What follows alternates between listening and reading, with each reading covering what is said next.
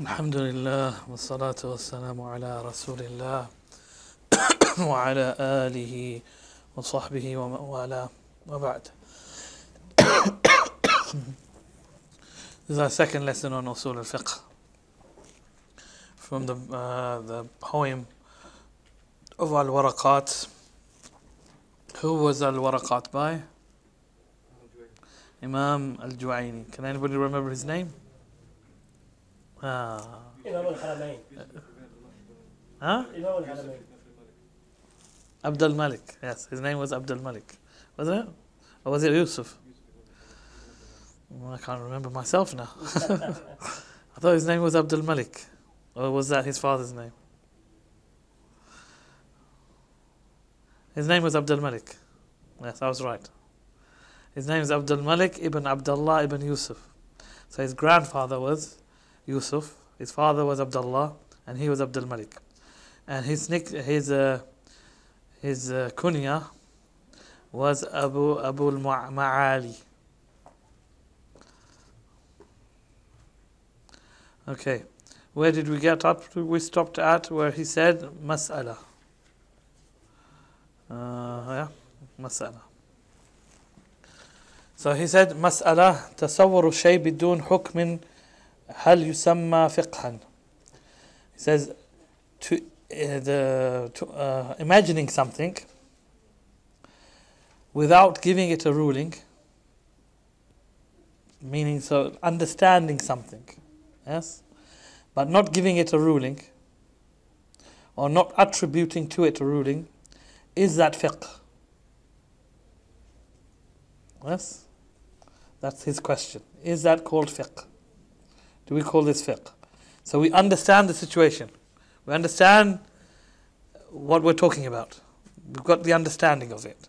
Just by having that understanding, but not applying any ruling, not saying the ruling of this thing is this, just that pure understanding of it, is it fiqh or not fiqh? What do we think? اختلف العلماء. Of course. No? You think it isn't? And you think it is? Okay. Linguistically it is. Yes? Linguistically it is. Because it's understanding. But technically it's not. Because technically for it to be fiqh is for you to understand it and then give it a ruling. Then attribute to it a ruling. Until you've attributed a ruling to it, you have not done fiqh. The Shaykh says, no, it's not fiqh. And he's talking about the technical sense of fiqh, not the linguistic sense of fiqh. So I said, فَكَوْنِ أَتَصَوَّرُ الْوَاجِبِ وَالْمُحَرَّمِ وَالْمُسْتَحَبِ هَذَا لَيْسَ حُكْمًا.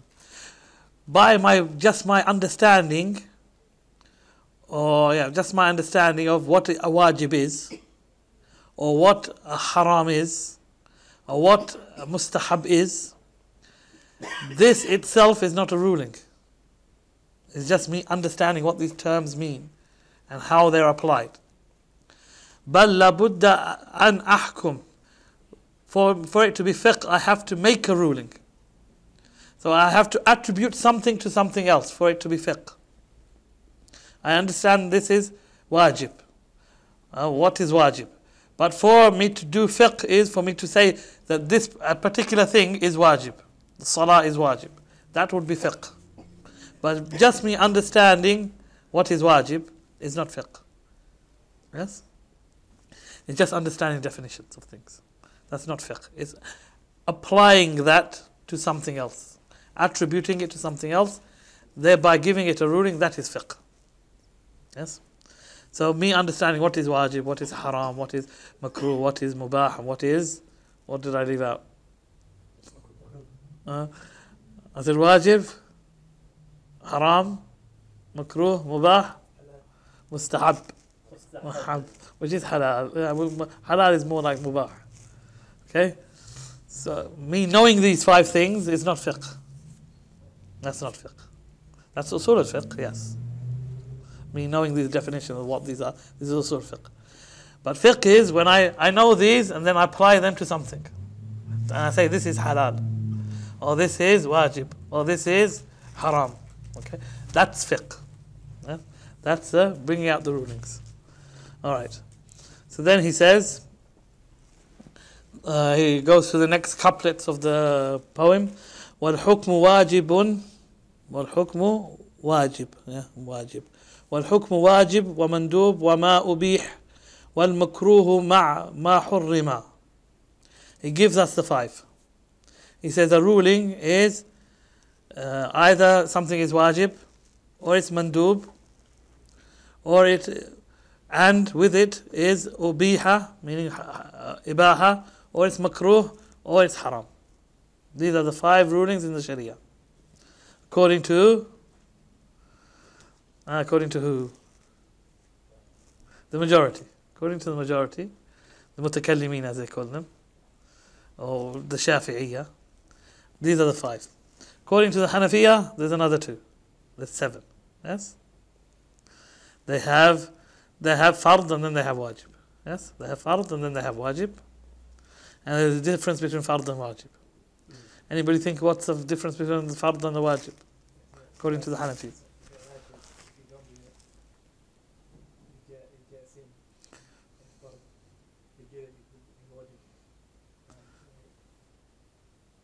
No. I can see where you're coming from, but no. It's the fard is call of Allah subhanahu wa ta'ala. It's the call of Allah subhanahu wa ta'ala. Allah is directly ordered something. Allah has directly ordered something. And wajib is what the Prophet is ordered. Kind of, but no. It's higher than wajib, yes? So the lower one. The wajib is lower. Wajib is one. Everybody agrees wajib is lower than fard. Fard is above. Okay, good.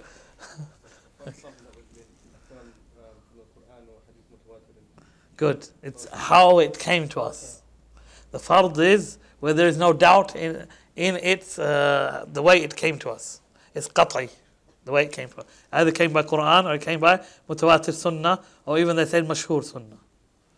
Okay, they also add the mashhur as well. Whereas wajib, no, it came from anything lesser than that. Ahad hadith, so aziz or gharib. All of that, so they make a distinction of how it came. And they say the one who denies a wajib doesn't become a kafir. But the one who denies a fard becomes kafir because of the way it came. Okay? But the majority don't make a distinction between fard and wajib. They say fard and wajib is the same. And then on the other side, they have another one. They have 2 types of makruh. Yeah. Makruh tanzihi, which is same as makruh we have. Normal people, the normal majority have, is disliked. Then you have makruh tahrimiyya. That makruh very close to haram, but it's not haram. Again, it's to do with how it came. Same as above, the same below. Okay? But generally, we're sticking with the 5. Generally, we're sticking with the 5. What do we call these? We call them al-ahkam al-taklifiyya. Al-ahkam al-taklifiyya. The rulings, ahkam plural of hukm. Okay? Taklifiyya is from taklif. Is from burden. They are the burdens upon us. From taklif. And they are the things that we're going to be judged on. Did we do the wajib? Did we stay away from the haram? And then what did we do with the mustahab and the makruh? And what did we do with the mubah? Okay, what did we do? How do we know these 5 are the only 5 really that exist? And how did the scholars come up with them 5? Any ideas? Induction? What's induction? Istiqra is called induction. And induction, it depends on the meaning of induction. Mathematics, induction means something else.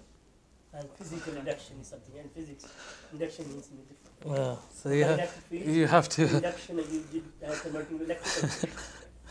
you have to define what you mean by induction now. The one in scientific method, how they derive. And what's that? I don't know, but al-istiqra. In Arabic, al-tatabbu wal-istiqra. By looking at all the texts of the wahi and coming up with that their own everything falls under one of these five. If that's induction, I don't know. In mathematics, it's not induction because I remember studying induction in mathematics. It's not that. And I studied induction in physics. So Allah knows best. What we call it al-istiqra. Let's just stick to the Arabic. Al-istiqra, by looking at all the texts and then coming up with, Shaykh Google. Sometimes Shaykh Google is wrong as well. He makes mistakes. Big mistakes. Okay. So he says, because in the Sharia, either the lawgiver orders you with something, or he prohibits you from something, or he remains silent on the issue. These are the three. There's nothing else in the Sharia. Either Allah orders you with something, or he prohibits you from something, or he remains silent on something. Yes? That's it. What is it? Istiqra? Induction as the process of inferring a general rule or principle from observation of particular instances. Okay, perhaps. But then you have to give all of that for one word, istiqra. Let's just stick with istiqra. It's easier for us. Okay. So then he says, so these are the three things. He orders you something, he prohibits you from something, or he remains silent on something. Now this order that he orders you with could be an order which you must do. You have no choice in. Yes? That is wajib. Yes? Or the order can be that you have a choice in. That is sunnah, mustahab or istihbab. Okay? This prohibition, the prohibition can either be a prohibition that you must stay away from and you have no choice in, which is then haram. Or it's a prohibition where you have some choice in, which is makruh. Yes? This thing that Allah has, or the lawgiver has ordered you, the thing which Allah or the Messenger has remained silent on, is mubah. Allah has pardoned you over it. And that's it. The Sharia revolves around these five. We haven't found anything else that the Sharia revolves around apart from these five. There's no additional points that the Sharia revolves around. And the Prophet ﷺ said about makruh, about mubah, ma sakata anhu fahuwa afun. That which Allah has remained silent about, then that is a pardon from Him. He's pardoned you. And Allah actually says in the Quran, لا تسألوا عن أشياء إن تبد لكم تسؤكم. Don't ask about things while the Quran is being revealed. Don't ask about things. If you ask, Allah will tell you, and then it will be harmful for you. That's why the companions were told not to ask too many questions. Yes? While the Quran is being revealed. Whenever they asked a question, Allah revealed an answer. So sometimes you might go to extremes in asking and make things difficult upon yourself, because what Allah has remained silent upon, then that is afu. Then that is afu. I'm on page 26. Okay. Just indicate to me, I'll tell you. Okay, so that is afu. The companions used to love it when a Bedouin would come and ask questions. Yeah. They would wait for the Bedouins to come. Because Bedouins had no clue. They just come and start asking. Well, the Sahaba would sit there and wait. And they knew not to ask too many questions. Okay. So those were the ahkam al-taklifiyah.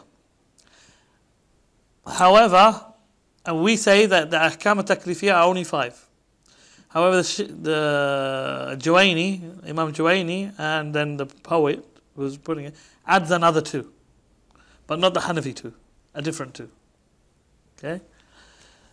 And these 2 are disputed whether they are ahkam al-taklifiyah or not taklifiyah. And he says, so the next couplet is مع الصحيح مطلقا والفاسد من قاعد هذين أو من عابدي أو من عابدي. Okay?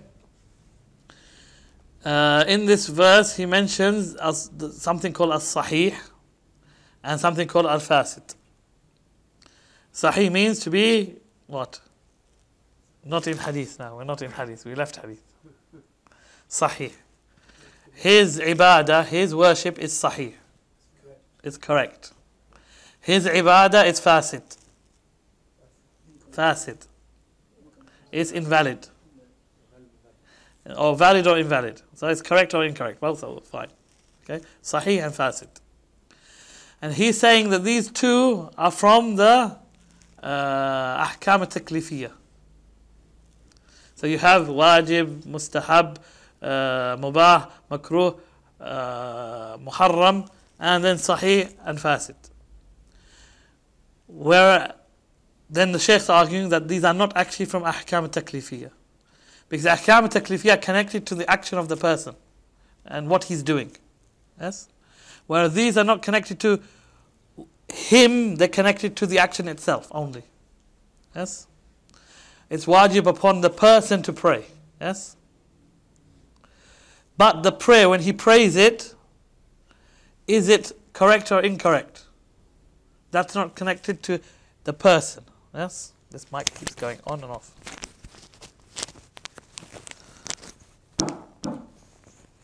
Okay? Is it connected? So Shaykh Ibn Uthaymeen is arguing, no, that sahih or validness or invalidness is not connected to the person, it's connected to the action. The person has it's not connected to him, it's connected to that action and whether Allah will accept it or not, or whether he has to repeat it or not. Okay? But it's not connected to him in himself. Okay? And therefore he says this is from another type of ahkam al-wad'iyyah. We have ahkam taklifiyah and ahkam al-wad'iyyah. Ahkam al-wad'iyyah are things or signs that Allah has put to accept or not accept an action that has been done. These are signs. Or that this action must be done or not done. For example, when is Dhuhr obligatory to pray? When does Dhuhr start? After Zawal. Yes? So when the sun moves from its highest point. This is the sign that Dhuhr has begun. Yes? Do we have any part in that sign? Can we with our actions affect that sign? No. But Allah has put it as a sign that the prayer becomes obligatory with that. This is not working very well. Anyway. So that sign becomes from the signs of ahkam al-wad'iyyah. That which Allah has put, the rulings that Allah has put to indicate some ruling for us. That now the Dhuhr is obligatory. Yes? And so on. We'll come to ahkam al-wad'iyyah and he'll explain what ahkam al-wad'iyyah. So Shaykh Ibn Uthaymeen is saying that sahih and fasid in reality are from ahkam al-wad'iyyah and not from ahkam al-taklifiyah. And hence the correct opinion is that ahkam al-taklifiyah are only 5, according to the majority.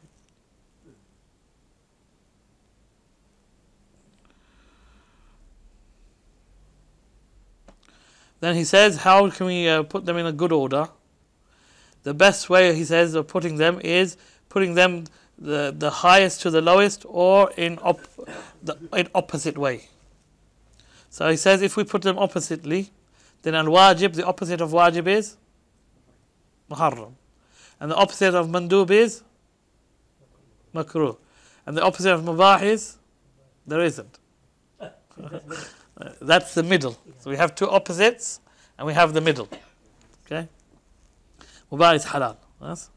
If we put them in the order of severity or severity, let's say severity, al-ashad, then wajib is the most important, or the top. Yes? And then we have mandub, then we have mubah, then we have makruh, then we have muharram. And then he says that this is all easy. This is all about categorization. And whichever way you put it is not a problem, as long as you know the concepts. Then he says, yes. You missed that bit. You need to rewind, and then you can hear it.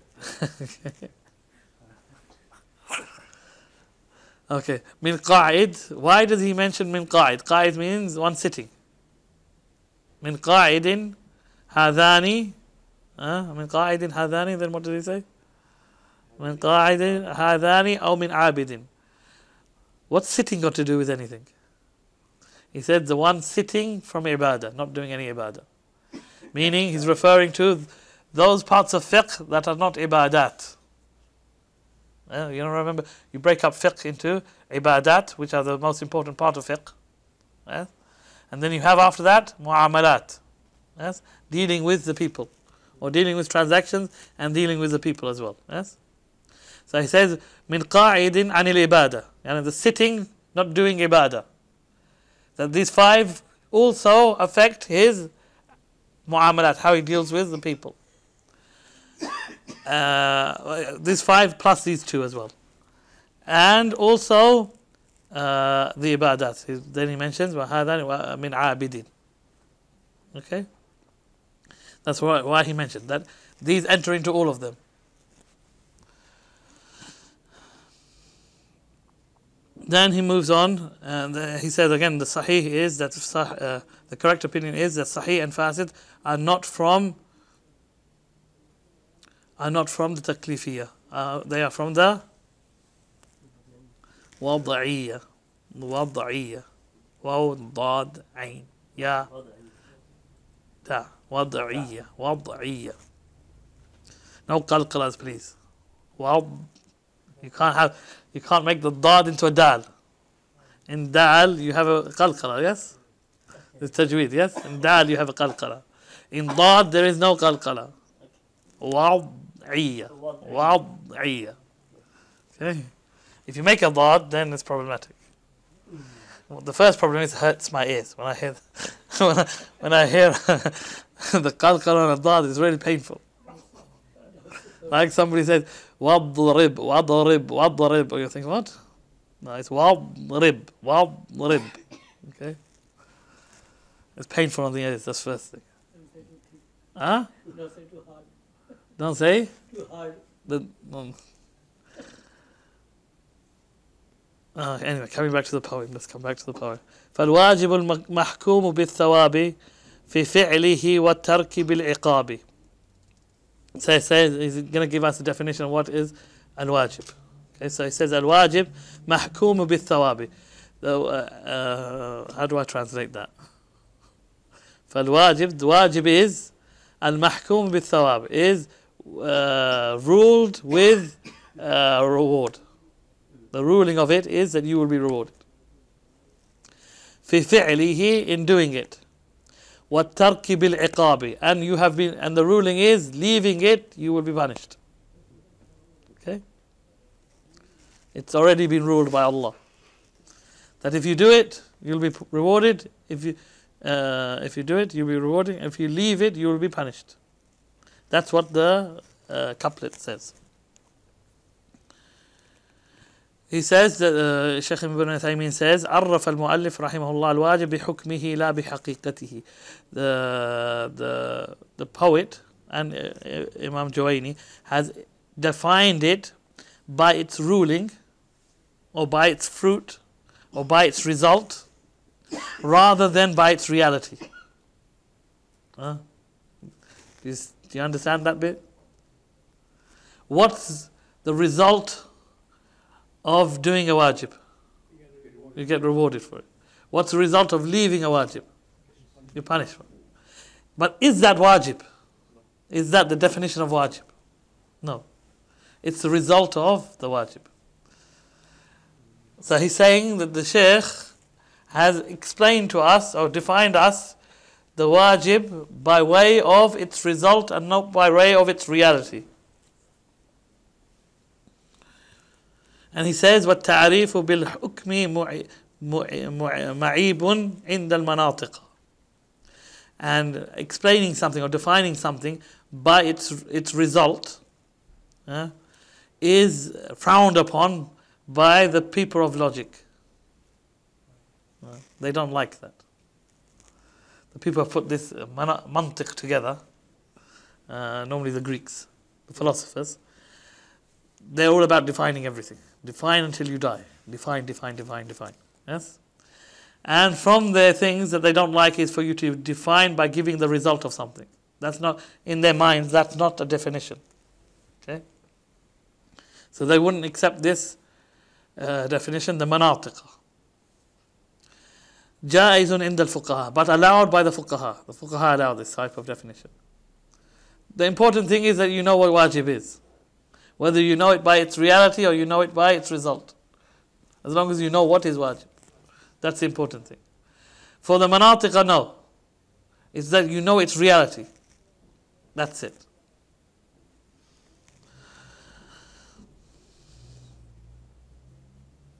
And then Ibn Taymiyyah says that we're going to use the path of the fuqaha and not of that of the munafiqin. You could say manatiq al-munafiqin, that's possible. But we're not going to use the path of the manatiqa.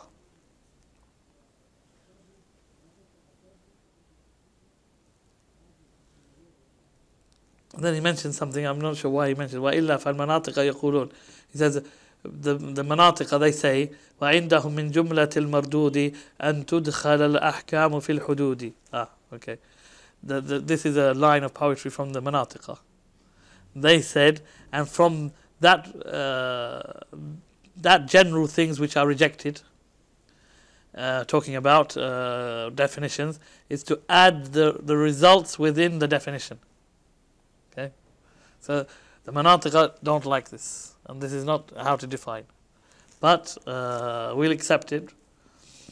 So then he goes on more about manatiqa. Well, he's just said that we're not going to mention the manatiqa, but we're going to keep going about them. Okay, what can we do? فالمناطق يقولون عرف الشيء بماهيته لا بحكمه. The manatiqa say that define something by it, how it actually is, and not by its result. So, and then he wants, he says, let's define mankind, human. What is a human? He says, according to the manatiqa, you have to define him by how he is.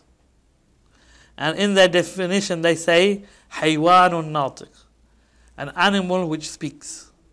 This is a human. Any other animal speaks?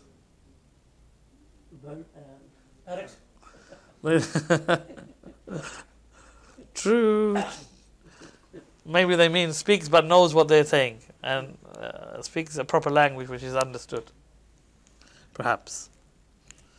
But then again, all animals speak in some kind of language, and which they understand amongst themselves. So perhaps this needs to be updated. This is very old, hundreds of years old definition of what is a human. Okay? Understood the language of the birds. So they do speak languages. And even the ants speak. Yeah, the ants speak to each other. Yeah, from Sulaiman's story as well. So perhaps this definition needs to be updated. Who wants to update the? Who's ready to update Usool Al-Fiqh into modern? Okay. لكن قولنا الإنسان حيوان يتألم إذا ضرب. But if we were to change that definition and say that insan is an animal that feels pain when it's hurt, then this is not, he's saying this is not a true definition according to the manatiqa, because within it other things enter. Other things enter. Definitions within the manatiqa have to be so precise that it only talks about that thing and everything else is removed from it. That's how precise they're supposed to be. But you never can get that precise. And so what happens in the books of Usool Al-Fiqh, yes, is they define something, and then they come and say, no, this definition is not good enough because of this. And then somebody comes and argues against. And for hundreds of pages, they're arguing about a definition that has no point in the end. It's just for you to understand what the thing is. Yes? And that's the majority of the beginnings of the books of Usool Al-Fiqh. You won't get to the fiqh. You'll be bored before you get there. You're like, what's wrong with these people? They're just arguing on definitions. And this is all to do with mantiq, defining things. Okay. Then he said, ala kulli hal. Basically, who cares? Al-Muallif rahimahullah salaka maslak al-fuqaha. The author used the way of the fuqaha, وهو جواز التعريف الشيء بحكمه, allowing the definition by way of its result. And he says that the way of the fuqaha and the usuliyin is better. Because the whole point of it is for us to know its result. What are we going to get in the end? If we do the wajib, what are we going to get? If we stay away from the muharram, what are we going to get? That's what we want to know. We don't actually want to know what it is. We want to know what we're going to get out. And then now he starts to explain what it is. So he says, وَالْوَاجِبْ فِي اللُّغَةِ, al-wajib in the language, al-thabit was-saqit. It has the opposite meanings in the language. The thabit, that which is established, and was-saqit, that which is not established. So it's one of those words that can have a meaning at its opposite. Yes? And that's a lot in Arabic. You can have one word can mean something and its opposite. I can't think of another word, but I'm sure there are. وَالصُّبْحِ إِذَا عَسْعَسْ. As'as can mean come or go. That's a car. Very bad car.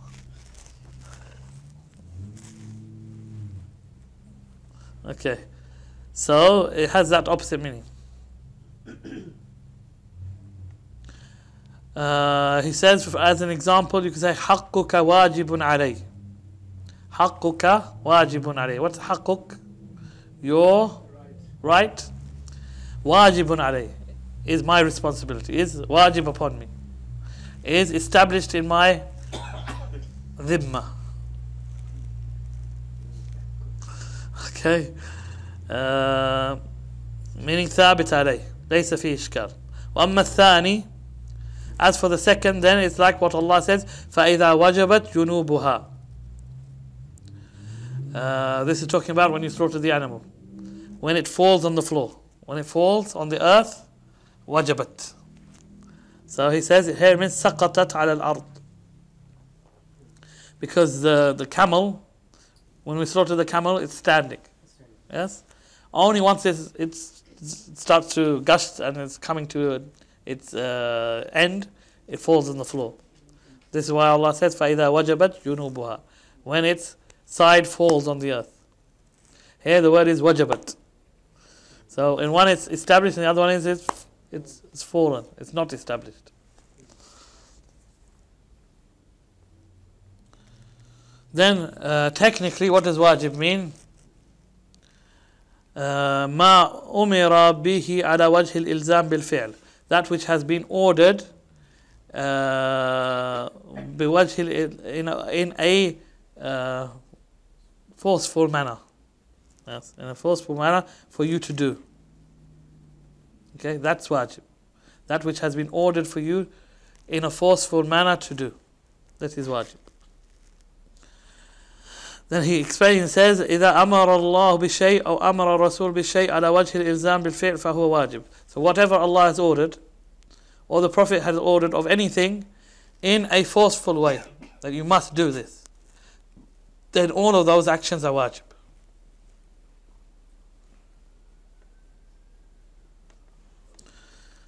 And then he says, in our definition, what Usool Al-Fiqh, what you do is you give a definition, then you break down the definition and show how only the thing that you're talking about falls in this definition, and everything apart from that falls outside of this definition. Okay, so you define it, and then you break it down to prove that what you define is correct. Okay, so you have to put up with it. This is also the fiqh. Okay, so he says, when we say ma umira bihi, what has been ordered, that means that what has not been ordered, what is prohibited, and what has basically the muharram, the makruh and the mubah, all go out of this. Yes? Once we say that which has been ordered, then that means that haram is not involved, the makruh is not involved, and the mubah is not involved. Why? Because the muharram, makruh are that which have been prohibited. Yes? And the mubah is, it hasn't been ordered nor prohibited. There's nothing connected to it. So therefore, when we say ma umira bihi, those three have gone out of the definition. But what's left is dakhala fihi masnoon. When we say what has been ordered, then we have wajib and masnoon or mustahab, because both have been ordered. Yes. So we're left with these two. Now we need to get rid of the masnoon or the mustahab. How do we get rid of it? By saying ala wajhil ilzam, by a forceful way. Yes? Meaning by you not having any choice in doing it. So when we say by you not having any choice, means that now mustahab is out, because mustahab is you have choice. So the only thing that is left is wajib. So this definition is truly the definition of wajib, because everything else falls away from it.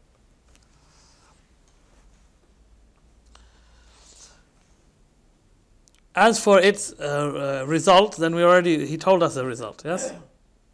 What was the result of it? You reward if you do it, and punished if you leave it.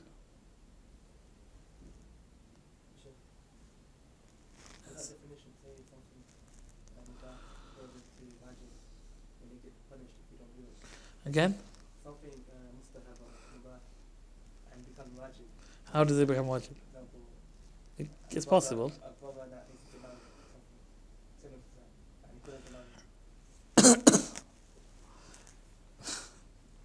But he has a choice. Get married or fast. If he needs to get married, married or fast. So it doesn't actually get to wajib. But if somebody was to make an oath or something which was mustahab, that he will do it, then it becomes wajib upon him to do it. Yes. In that way he can make it something which is not wajib upon himself. And then what's the question after that? Yes. Then he'll break his oath. If he breaks his oath, then he has to do the kafarat of the oath. Okay?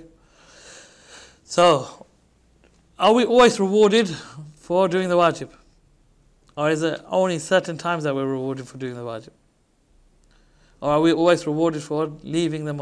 Are we always punished for leaving the wajib? It's up to Allah subhanahu wa ta'ala. So, there must be something that we have to say.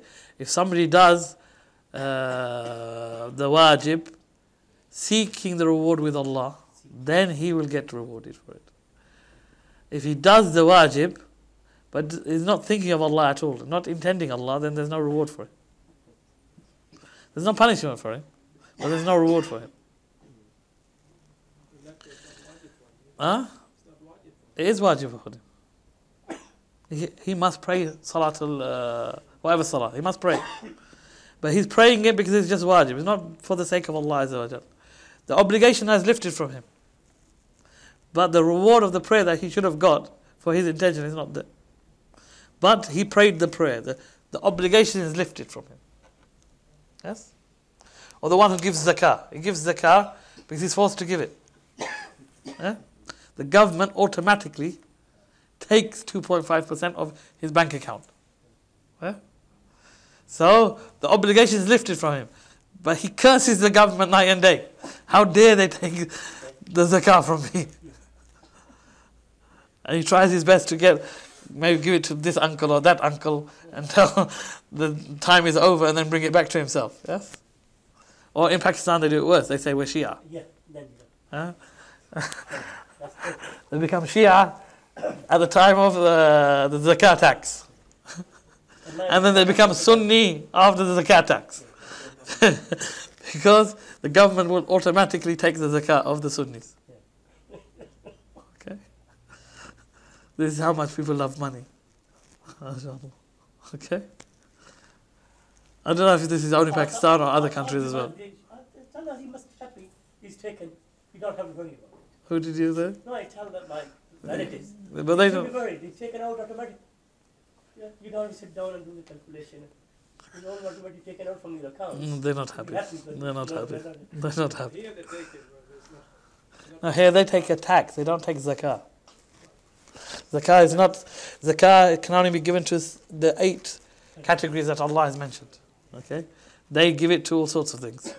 Yes, and they give it to the government itself. The government takes it, and then the government distributes it. Zakah is not given to the government. Zakah is given to the 8 categories that Allah has mentioned in Surah At-Tawbah. Okay, so the person must do it seeking the reward with Allah. And he must not, and the one who falls short and does not do it, is he definitely going to be punished? No, he's not definitely going to be punished. He's not definitely going to be punished. He's under the threat of punishment. Okay, so the definition needs to be added a bit. That the result is, if he does it seeking the reward with Allah, then he will get the reward. If he if he doesn't do it, then he's under the threat of Allah's punishment. If Allah wills, He may forgive him. Yes? So the definition needs to be added.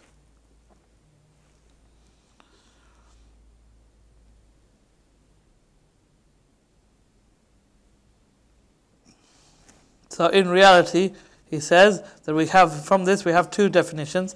Definition based upon the reality of wajib, and the definition based upon its result. Yes, we have these 2 types of definitions that the fuqaha use: definition of its reality and definition of its result. Examples of wajib. Examples of wajib.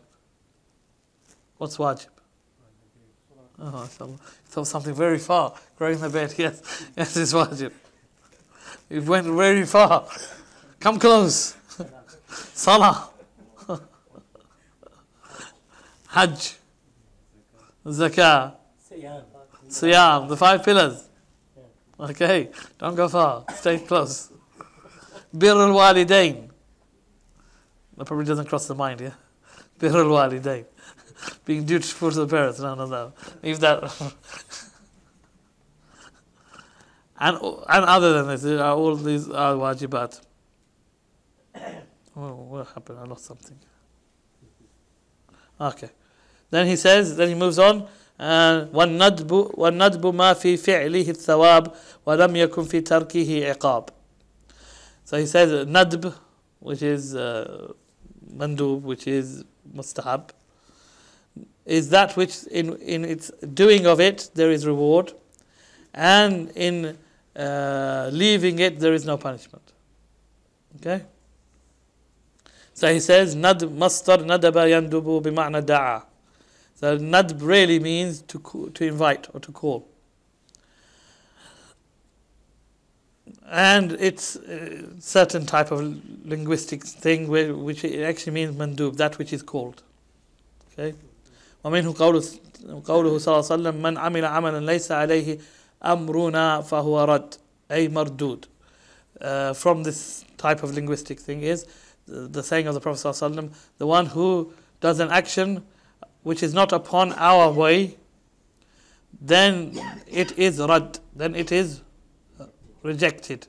Meaning rad here means mardud. It will not be accepted, it will be rejected. And this is a linguistic point. Then he goes through linguistic points again. So in the end, it's that which if you do, you're rewarded for. That which if you leave, there is no punishment on it. Again, there's something missing in the definition of this. What's missing? If you do it, seeking the reward with Allah, the intention. What about the leaving of it? The leaving of it's fine. There's no threat of punishment. Okay? There's no punishment at all. There's no threat or any punishment. That's mandub. That's the difference between wajib and mandub.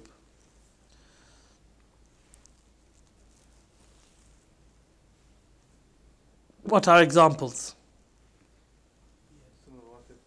No, اختلف الشيخان. He said mandub is the bail is mandub, and this one said is wajib. Okay. Go outside and settle the matter. The one who wins is still wajib. Okay. So examples of mandub. As-sunan al-rawati, mashallah, came close. What else? Come on, mandub, things which are recommended. The fasting on Monday. Fasting on Monday and Thursday, fasting the 3 days. Sadaqat, all sadaqat are recommended. Adhkar al-sabah wal masa. Making dhikr of Allah and reciting Quran, all of this is recommended. Raising the hands apart from the takbirat al-ihram in the salah, all of these are recommended things. Yes. Visiting the sick is recommended. Yes. All of these are from mandubat. Then he asked a question,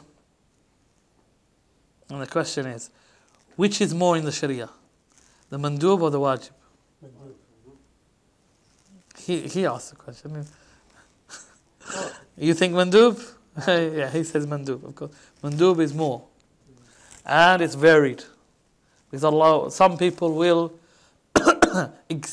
excel in certain worships, and not excel in other worships. Yes?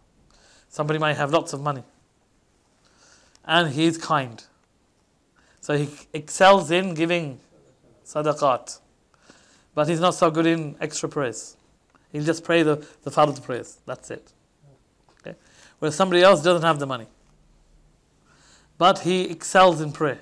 He can stand up for a long period, and so he prays lots. Fasting as well. Somebody excels in fasting. Somebody excels in something else. So Allah has opened this door up in mandub for us to excel in that which we are good at. Somebody excels in knowledge, learning, whereas another person can't understand except alif ba ta. Tha is too difficult. Like one Shaykh said, they asked him, at what age did you learn to read? He said, I still can't read. I go to alif, ba, ta, tha, and got stuck on jim. He went blind, that's why. So he got stuck on jim. So he said, I never learned how to read. Okay, so some may excel in knowledge, whereas others don't. But they may excel somewhere else. So each one, Allah has opened the door for them. No one can sit and say, there's nothing for me in the Sharia. I have nothing to excel in. No, the doors are open for you to find what you are good at and to excel in it and do it. As for wajib, then that's wajib upon everyone. You must do it. You have no choice in the matter. Yes?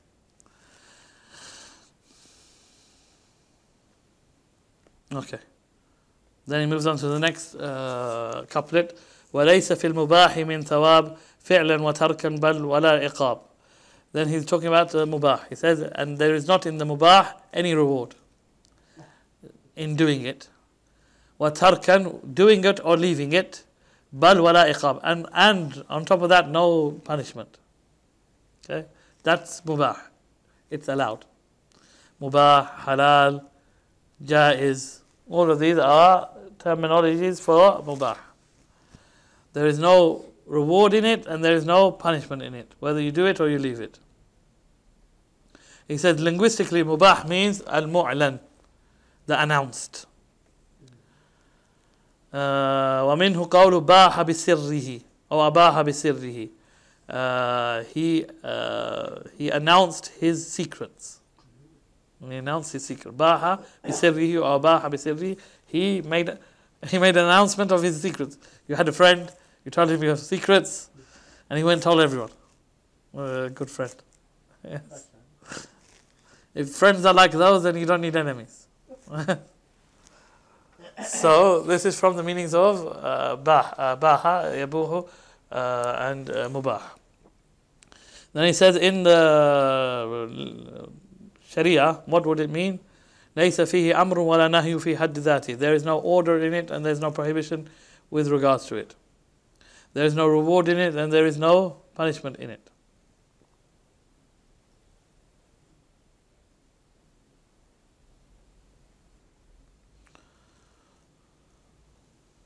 Is this always the case? No, mubah can move. Something mubah can become recommended. Or it can become lower than that? Can it become makruh? It can, if it leads to something makruh. Depending on where it leads. If you do it with the intention for something good, for example, give me examples of mubah. Drinking water, okay. Drinking coffee. Drinking coffee? Yes, it's mubah. It was haram once upon a time. Once upon a time it was haram. When it first came into existence, and they didn't know what it was, and it's a stimulant, all they knew was it's a stimulant, they thought it's close to alcohol, because that's what alcohol does. So they didn't have a total good understanding of what it was. So at that moment they stopped and said, no, it's haram, until we can prove that it's halal. Okay. So then they realized, no, it doesn't. It's not an intoxicant. It's just a stimulant. It just has caffeine in it, and caffeine itself is not haram. So then they made it. Then it became halal. Okay. Just like when the radio came into existence, when the speakers came into existence, television all came. All of these were things haram. Yeah. Is there a difference between them? He says, fasid and batil are the same in everything except in two issues. So in everything else you can say this is fasid and this is batil and have the same meaning. So they say mubtilat as-salah, those things which invalidate the prayer, mubtilat, from batil. And they say mufsidat as-sawm, those things which invalidate the fasting, but here they're using fasid. They're using them interchangeably.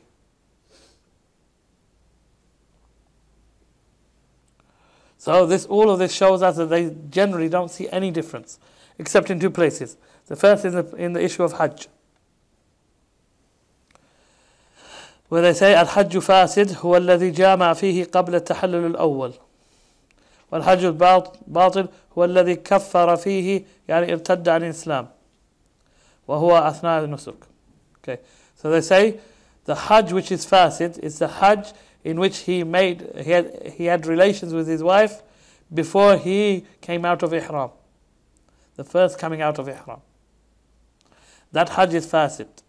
He can correct that Hajj. He must correct that Hajj by coming and making Hajj the next year. Okay? That's how he corrects the Hajj. He must firstly continue in the Hajj that he's in. Yes? And then the following year come and make Hajj again. In this way he corrects the Hajj. Whereas a Hajj which is batil is a Hajj in which he apostates. I don't know how somebody can apostate in Hajj. But they say if this occurs, then this Hajj is batil. Everything is batil. Yeah, everything is batil, but he can't correct it. Meaning, say he apostates. He won't need to correct it. No. He left Islam. Okay, no, but he apostates and then he comes back to Islam within the period of Hajj. These are things they come up with that sometimes you think it can't possibly occur. But they have to close every door. So they're saying he becomes apostate on one of the days of Hajj. Okay, now his Hajj is batil. Now he can't. Now, if he becomes Muslim, he has to start Hajj from the beginning again. And he has to wait for the next year. He can't just carry on. Same thing the first one. No, he has to come back. But that Hajj is corrected. The first Hajj that he made is corrected by him continuing in it. He has to continue in it. He can't come out of it. Like he had relations with his wife before tahallul. Okay, his Hajj now is fasid. It's unacceptable. but he has to continue and do all the rites of Hajj. Yes? Whereas if it's batil, that's it. Get out. Go. Okay? He can't just say, okay, I made a mistake. I'm going to become Muslim again, and I'll just carry on. No, that's it. It's over. He has to come back and start again from the next year if he wants to make Hajj. And that, everything he did, didn't count. Say he comes to the last day, 13th of Dhul Hijjah. Yes, he's done everything. And he's just, on his way, he's about to do the Rami, the last Rami, and he becomes a disbeliever. Okay? It's not going to happen, inshallah. It doesn't happen. Yes? But if it does, then he's ruined his whole Hajj. He's ruined it. The Hajj is batil. So now, if he becomes Muslim again, he still has the obligation of Hajj upon him. Yes? That's the difference. What about the first case? The first case, he has to continue with his Hajj. And then next year he has to come back. And then next year he has to come back and make Hajj again. As a kafara to fulfill his Hajj. Okay. So he himself says, like you said, what's the difference? فَهَلْ يَخْتَلِفَ الْحُكْمِ? What's the difference, basically? He says, no, there is a difference. The difference is in the fasid, you continue. Whereas in the batil, you stop. So in the batil, that's it. If he was in ihram, he comes out of ihram. Yes? If he becomes Muslim again, he can't build upon that Hajj. He can't build upon that Hajj. He has to start Hajj afresh. So this is the first issue. The second issue is in marriage, as I mentioned, in nikah. He says if the marriage is done in a way where everybody agrees that the marriage is invalid, then it's batil and fasid. It's batil. Yeah? And fasid with the same meaning. There's no way of correcting it. Meaning, for example, there's no witnesses. They just go and hide and get a third person, and he marries them, and there's no one to witness. Yes? This is, no one agrees with this. Yes? There's no difference of opinion to the haramness of this. Or if a Muslim woman marries a non-Muslim man. Yes? There's no one who's going to correct this. Everyone will agree. This is haram. This is batil. This is fasid. There's no way of correcting it. He has to become Muslim before the nikah. Has to become Muslim before the nikah. It can't be corrected after the nikah because everybody agrees that this is fasid. This is batil. Okay. But here it's the same. Whereas if they do something in the aqd where there's a difference of opinion on the wali, the issue of the wali. Is the wali obligatory or not? Is it a condition or not? Because there's a difference of opinion, then we say this is fasid and not batil. And the Hanabila say this is fasid and not batil. Meaning we can correct it. By bringing in that issue which is needs to be done. And he gives the example, رَجُلٌ تَزَوَّجَ إِمْرَأَةً فِي عِدَّتِهَا وَالْعِدَّةُ لِغَيْرِهَا. So a man who marries a woman while she is in her iddah of divorce or of death. Yes? So the iddah she's doing is the iddah of somebody other than him. Yes? So of her first husband or her ex-husband, whatever. Then هذا باطل. This is batil because she's not allowed to marry and no one can marry her during this period. If she's in your iddah, then you can marry her. That's taking her back. Yes? But if she's in the iddah of somebody else, then you have to wait for that iddah to finish, and you're not even allowed to propose to her in that iddah. Yes? What do you do if you want to marry her? And you want her to know that you want to marry her, and nobody else goes and marries her? Yes, make indications. Indicate that you want to marry her. By saying, I don't know how. By saying, I don't know how. But perhaps it would have to be through other people that there are people interested in you. Just don't rush into marrying whatever. Things like that. So you're not proposing to No, you can't propose. No proposal can be made until the iddah is over. Yes, this is Surah Baqarah. Allah says it clearly. You can't propose. You can only say good words. So don't be, what do they call it? Don't be blunt. Not blunt. Don't be, what's the word? Huh? Yeah, don't be direct. You have to be indirect in how you're indicating to the woman that you want to marry her. Okay? Send flowers for the death of her husband.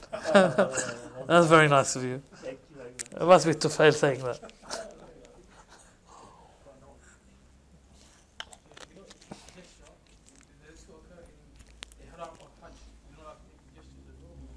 In Ihram al-Hajj, you should not be thinking about marriage. Full stop. You're not allowed to marry or be involved in a contract of marriage or have anything to do with marriage. You can't even go to your own wife if you had one. You can't do anything. You are in a state of Ihram. These are from the things which are haram in Ihram. Just like cutting your nails and perfume. These are all haram now. So marriage contracts and everything to do with marriage is haram. Doing Ihram. So he says this is batil. Because everybody is in agreement that such a nikah cannot be done while she's in her iddah. وَلَا تَعْزِمُ أُقْدَةِ النِّكَاحِ حَتَّى يَبْلُغَ الْكِتَابُ أَجَلًا. And don't agree upon the marriage contract until they have reached the end of the iddah, basically. That's what Allah is saying. فَنِكَاح بَاطِل. So this is nikah batil. Then he said, مثال آخر. رجل تزوج امرأة بلا شهود. Okay, shuhud. Somebody allows a shuhud without shuhud. MashaAllah, I didn't know that. That's a new one. So he's saying that a man marries a woman and there are no witnesses. فَنِكَاح فَاسِد. So they say the nikah is fasid. There's new information for me as well. That the scholars differ about the shuhud. Because he said the scholars differ, are the witnesses from the conditions of nikah or not. So because there's a difference of opinion, we say this nikah, this aqd is fasid. So there is a difference. That this one can be corrected by bringing shuhud to it later on. To witness that they did get married. وفي العقد يجب التفريق بينهما فورا. And also by bringing witnesses to the matter and testifying that these two are married. They'll have to do another nikah. They'll have to do another nikah in front of the witnesses. But what they did in that period, they won't be punished for. Witnesses, yes, the kuffar are not witnesses. Are not accepted as witnesses. Also, women, there has to be one woman's witnesses. Two women equal one man for witnesses on these issues. Sometimes a woman's witness is equal to a man's witness. Sometimes, in certain issues, in issues which are specific to women, like the women of the issue of breastfeeding. Then the man's witness doesn't really count. Only the women can witness this fact. So their witness then is equal to a man's witness. But on these kind of issues, then the witness is half of that of a man. And that's because the Quran mentions it. That there are two witnesses to every one man. Okay. Also in the batil, if the nikah is batil, then they're separated straight away. Yeah? And there's no need for a talaq because the marriage was invalid. Whereas in fasid, there's a need, if they want to separate, then there's a need of a talaq. Then there's a need for the man to divorce the woman, even in the nikah of fasid.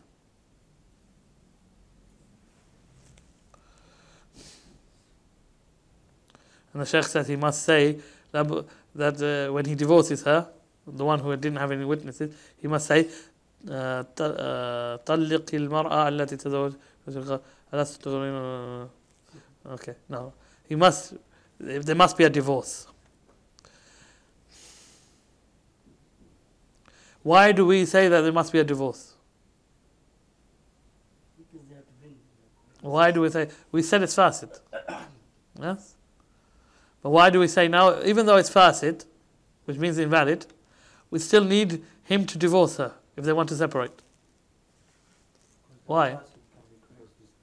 Fasid could be corrected, but it's differed over. So some of the scholars will accept that marriage. Yes, some of the scholars will accept that marriage. Therefore, for them to be separated, there has to be a talaq. In everyone's eyes, the marriage is over. Okay, whereas in batil it's over straight away. It didn't come into existence.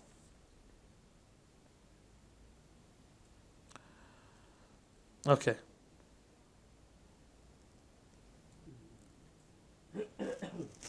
He also says with regards to the fasid, then if they separate, إنه ينتصف المهر إذا فرق بينه. If they are separated between them, then she gets to keep half of the mahar.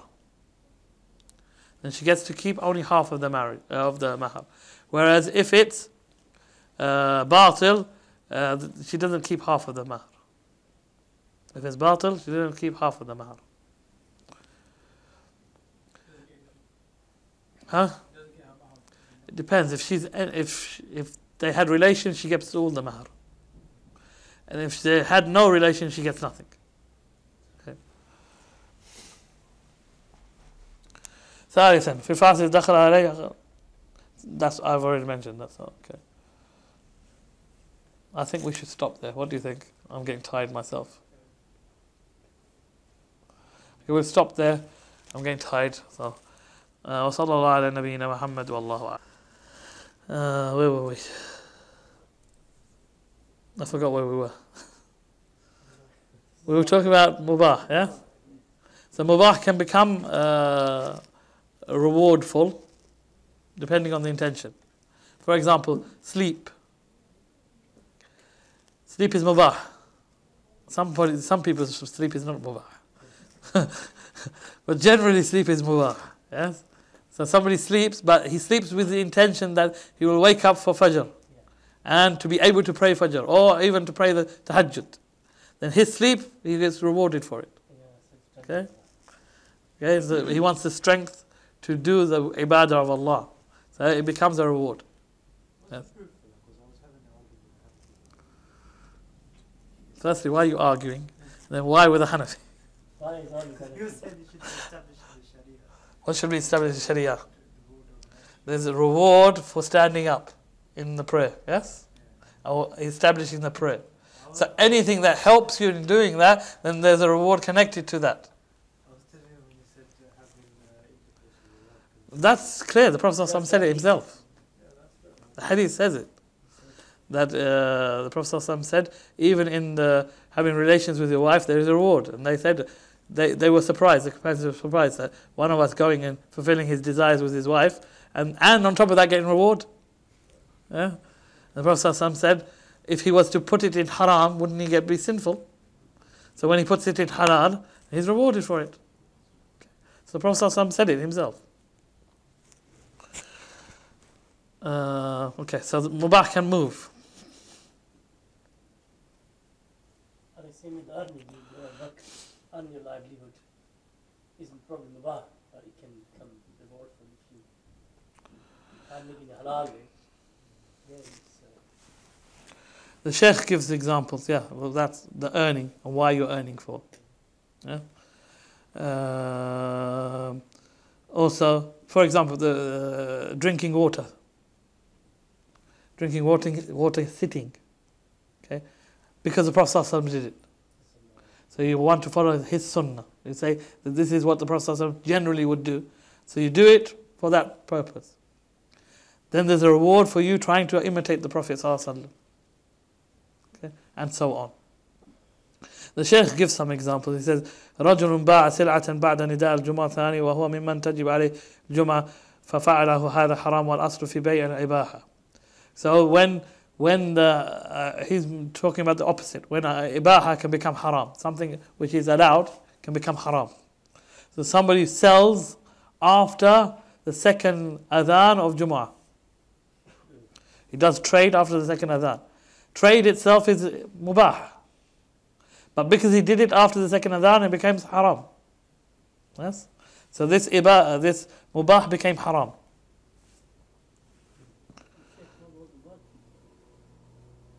Not about working. Yes.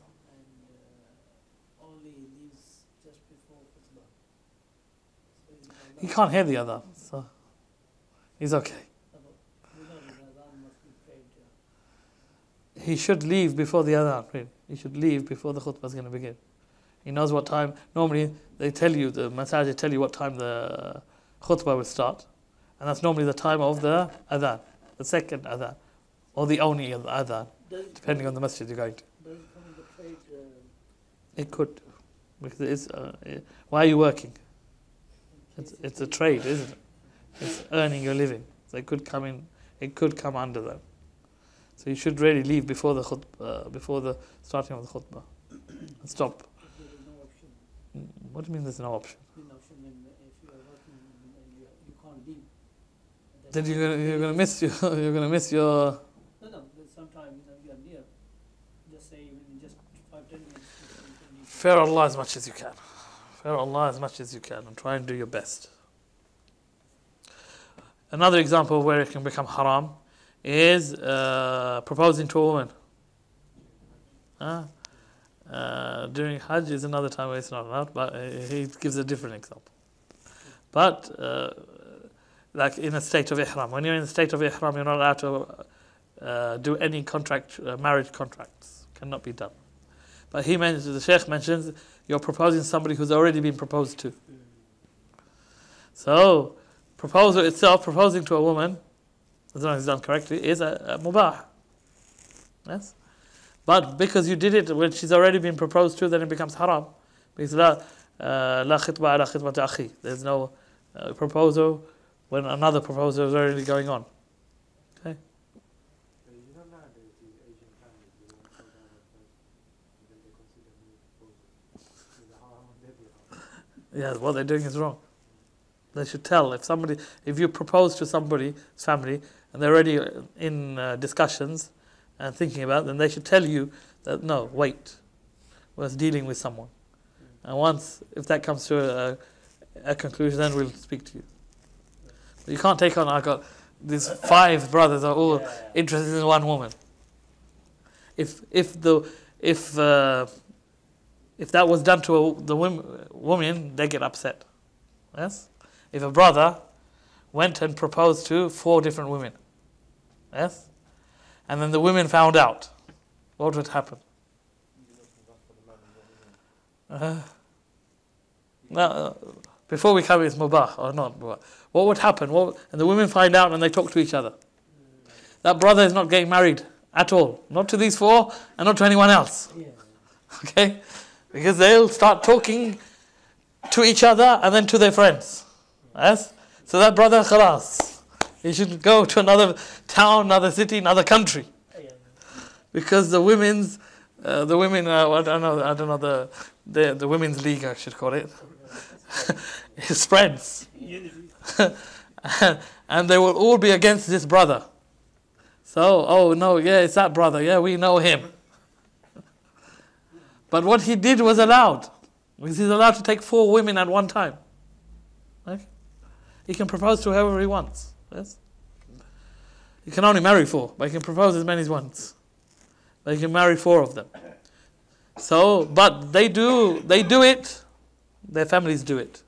Meaning they'll take on 5, let's be realistic, 2, 3 proposals and weigh up which one's better. But if it's done to them, they won't accept it. Yeah? If it's done to them, they won't accept it. But they'll do it to others. Don't do it if you don't want it done to you. Yes. There's marriage events and I will see people pass these men. Speed dating, isn't it? Yeah. It's basically speed marriage proposal. I don't know how that works. How it can be halal or not. It'd be, is it khitbah? That's the problem. You have to, if it is the woman is looking at proposals, and each proposal, apart from the first one, is not allowed. The first guy who meets her, hopefully with her wali, hopefully, and he proposes to her, that's it, there's a proposal on the table. The second guy is haram. The third guy is more haram.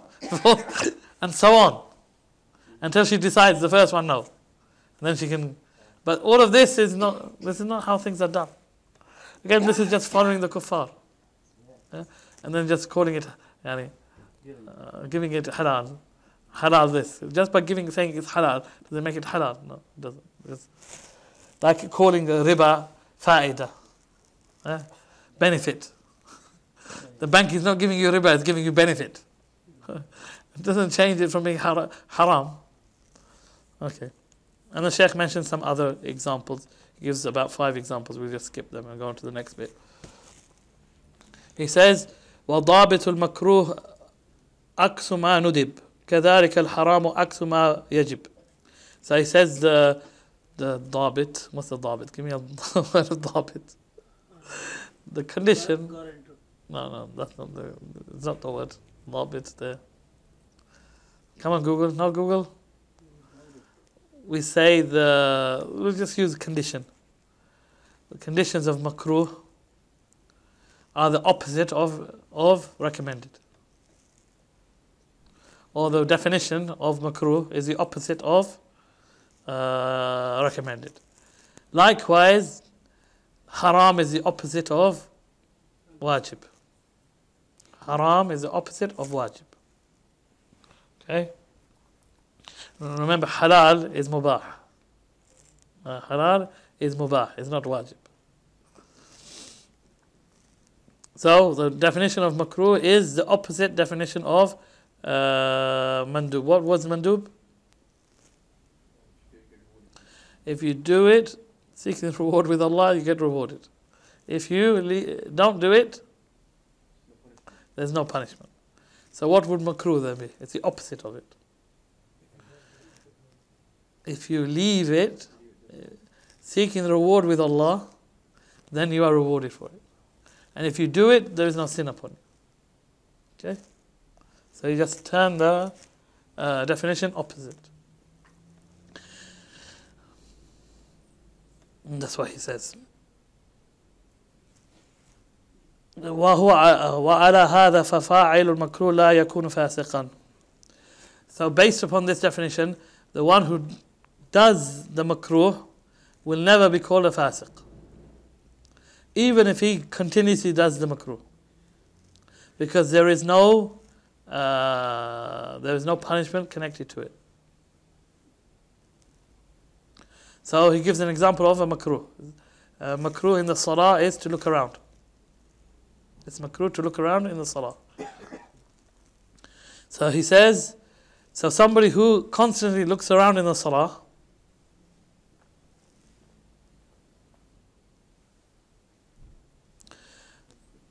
throughout the salah, and he doesn't stop, then according to the definition, he's not sinful, and he's not sinful at all for it.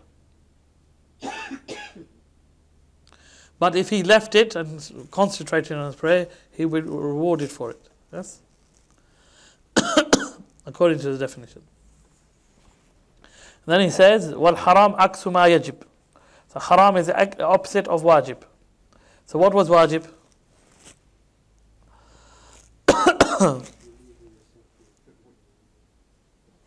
Yes, but give me the opposite way. If you do it seeking Allah's if you're sinful, if you do it seeking Allah's pleasure, then you are rewarded for it. No, we're talking about wajib at the moment. And if you leave it, if you don't do it, then you are under the threat of Allah's punishment. Okay, so now make it opposite. So if you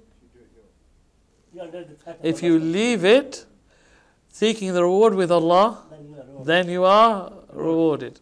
And if you do it, you're under the threat of Allah's punishment. This is for haram. Makruh, then it'll be difficult. No, this is haram. So it's the opposite of wajib.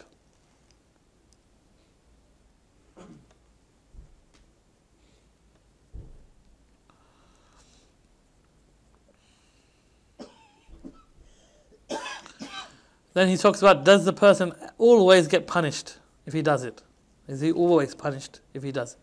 We already put in our, they call it disclaimers, don't they? Yeah? We've said that he's under the threat of Allah's punishment. So that already indicates that he's not always punished. Okay? He's under the threat of Allah's punishment, the doer of it.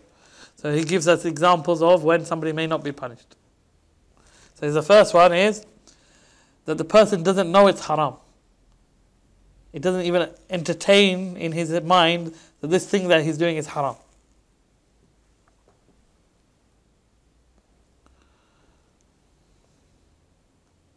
Oh no, it's talking about reward here. Sorry, I made a problem.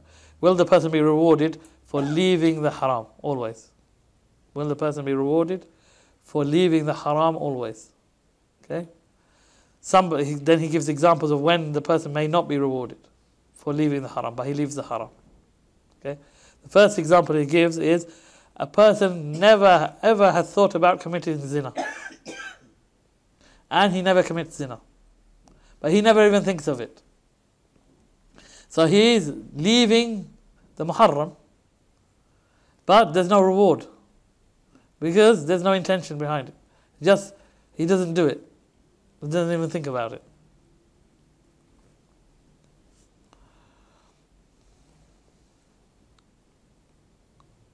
Okay. The second one, رجل هم بالمحرم لكن تذكر عظمة الله عز وجل وإقابه فتركه لله.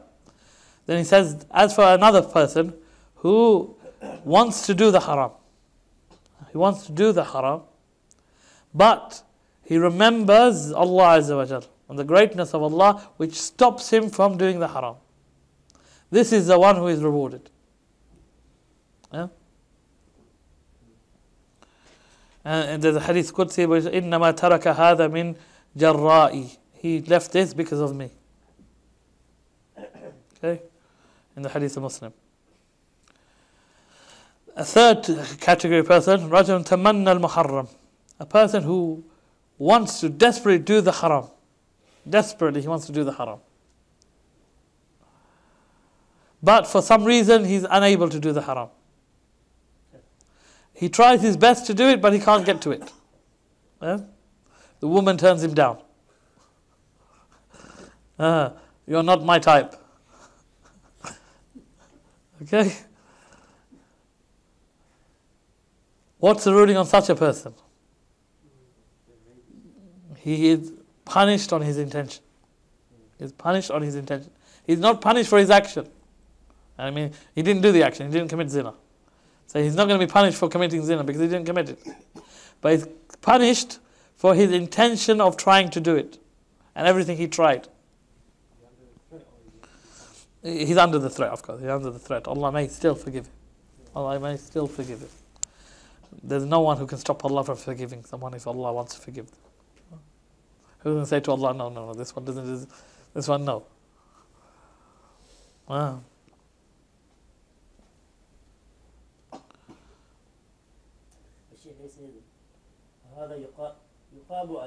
فهذا يعاقب على نيتي على النية. The Shaykh says he will be punished, but we're adding that no, he's not. It's not guaranteed that he will be punished. Yes, because no one can make something obligatory upon Allah except Allah. Allah will makes obligatory upon himself whatever He wills. Yes. If someone is smoking, he knows smoke, and he gives up for the sake of Allah, but he goes on to, for example, vaping. He goes on to what? Vaping, like, What's vaping?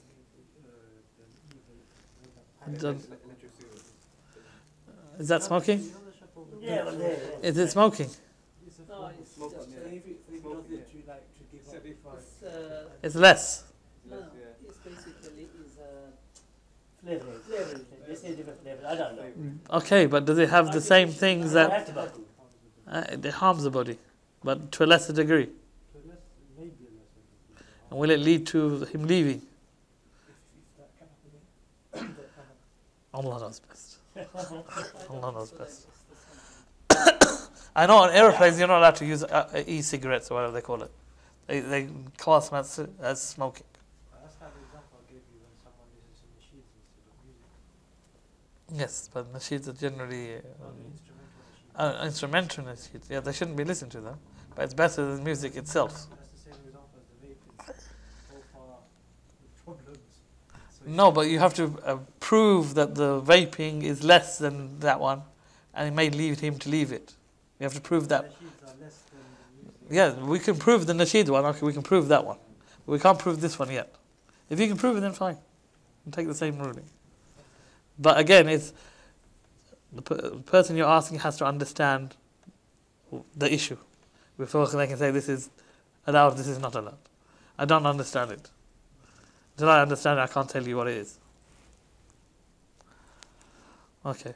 Then, so he gives a proof. The Shaykh gives a proof. قصة الرجل الذي قال ليت لي مثل مال فلان فأعمل فيه عمله وكان فلان يضيع المال ويلعب به. The example of a companion who said, would that I had the money that such and such had, so I would do exactly what he did. And that person wasted his money and played with it. So somebody looking at him said, I wish I had the same money so I can do the same things. Yes? It's like the football players, yes? Somebody looks and says, wow, wish I had what they had so I could do what they do. No, I wish I had what they had so I could spend it in the path of Allah. No. So I could do what they do. Okay, the Prophet ﷺ, فَهُوَ بِنِيَّتِهِ فَهُوَ بِنِيَّتِهِ فَهُمَا فِي الْوِزْرِ سَوَى. That due to his intention, both of them in the sin are the same. Becomes the same in the sin. Because he wishes that he could do that. Okay. The opposite also true, isn't it? Yes, the opposite is also true. Be in the reward would be the same. He Somebody's sees somebody good, spending in the path of Allah, and he wishes to Allah, oh Allah, if I had that money, that I could do the same. And then he has a reward. The opposite is true as well. So we should all think of that. Find somebody who's got lots of money and wish, and he spends in the path of Allah. Huh? Abdul Aziz Al-Rajihi? I think it's Sulaiman Al-Rajihi. Sulaiman Al-Rajihi. He passed away, rahimahullah. There's so many Rajihis. It's a big family. Yeah, they made many masajid in Saudi. Al-Rajihis. There's so many Rajihi masajid. Massive masajid in Saudi. Rajihi masajid. And they're from the best of the masajid in Saudi. They have the best talks, the best lectures and teaching and everything. Sulaiman Rajhi, before he died, he split up his wealth and gave it to his children. Before he died, because he knew they're going to fight over it. Because firstly, he had more than one wife. And he had 4 wives, and maybe even more than 4 wives, divorced and that. And he had lots of children. Different mothers. Okay? So he knew that they're going to fight. So before he died, rahimahullah, he distributed his wealth according to the Sharia. So nobody could say, I didn't get this and I didn't get that. Yes? Anyway, then he says the 4th type, رَجُلٌ هَمَّ بِالْمُحَرَّمِ وَسَعَ فِي أَسْبَابِهِ. Somebody who wanted to do the haram. And he went and tried every way to do it.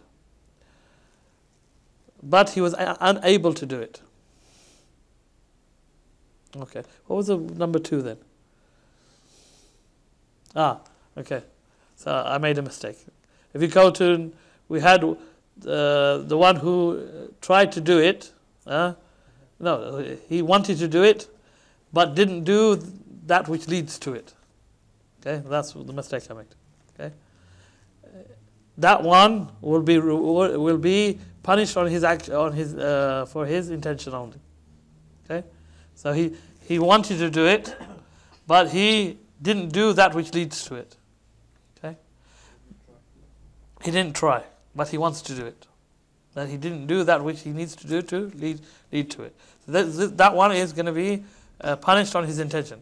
The 4th one is the one who wanted to do it and then did all the things that leads to it, but still was unable to do it.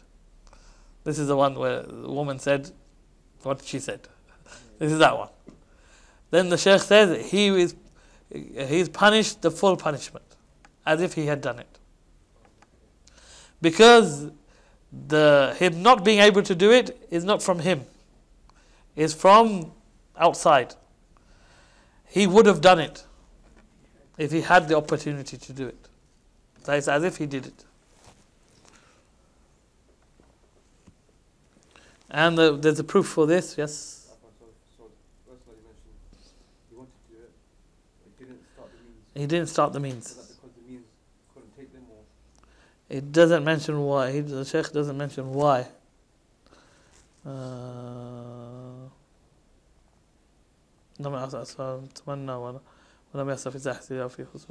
It doesn't mention why. He just didn't take up the steps. He didn't go through the steps to do it. But he had the intention to do it. The Shaykh uses as proof for the last one is إِذَا الْتَقَى الْمُسْلِمَانِ بِسَيْفَيْهِمَا فَالْقَاتِلُ وَالْمَقْتُولُ فِي النَّارِ. If two Muslims fight each other with their swords, then the killer and the one killed are both in the hellfire. Both of them are in the hellfire. The killer and the one killed. So they said to the Prophet ﷺ, هذا القاتل. Okay, we understand the killer, why he should go to hellfire. What about the one who's killed? The poor guy was killed. قال لأن كان حريصا على قتل صاحبه. Because he had the same intention and he tried to kill, but the other one overpowered him. Yes? So he did his best, but he wasn't able to kill him. If he was able, he would have killed him. So because he did his best to do the action, they're both in the hellfire.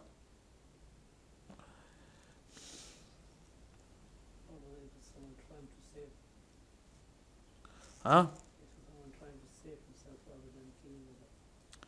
He's not fighting them, then he wouldn't have a sword. No, you can wear a sword to defend yourself. If somebody's coming to, okay, that doesn't fall in. It's when they both come together to fight each other.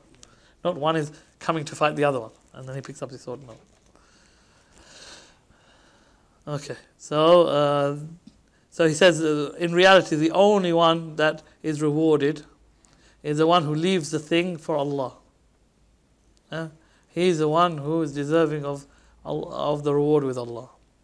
He leaves all these muharrams for Allah, even though he is able to do them. If he wanted to, he could do them. We have in Saudi, some of the youngsters so much want to drink alcohol, so much, so badly. What do? They go and get aftershave and drink that because it has alcohol in it. They end up killing themselves. Because it cuts up their insides and stuff, especially depending on how bad the perfume or the aftershaves are. Ends up killing themselves. They kill themselves. But just to get to the haram. Okay? They go to these extremes. They go to Bahrain. These are the ones who can't get to Bahrain. Because to get to Bahrain, you have to be a certain age. Otherwise, you need permission of your father. So no youngster's going to say, Daddy, please, can I go to Bahrain?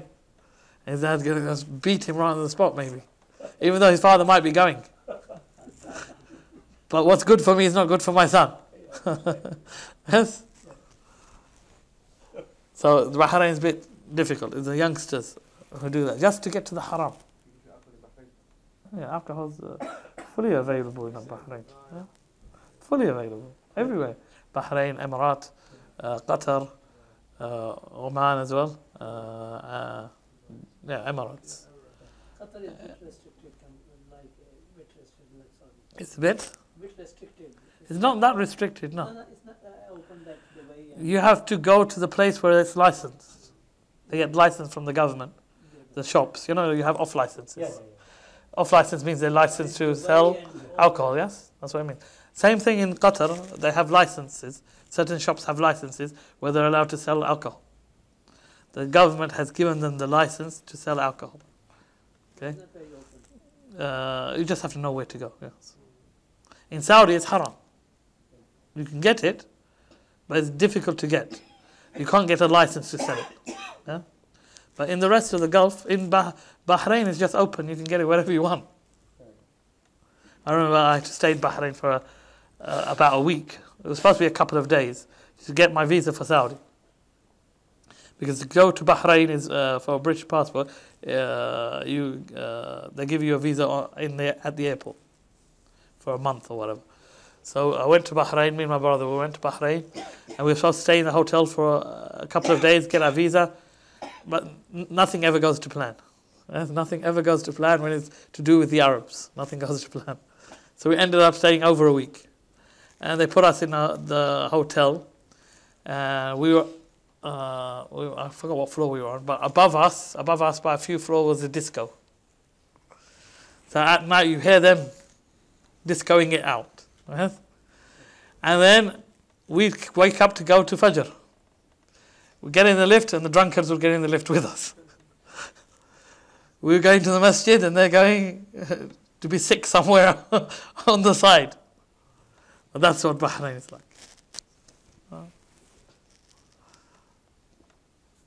Anyway, why did we talk about that? I forgot.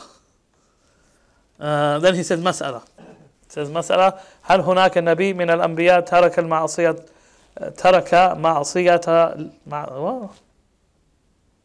Okay, maybe I'm lost now. I lost myself. Okay. إذن على أي شيء So he's saying the one that this really is rewarded is for leaving the muharram is the one who does it for the sake of Allah. فصار تارك المحرم أربع أقسام. So these are the four types that we've mentioned of people who leave the haram. Yeah? The ones that we mentioned before. Who are they?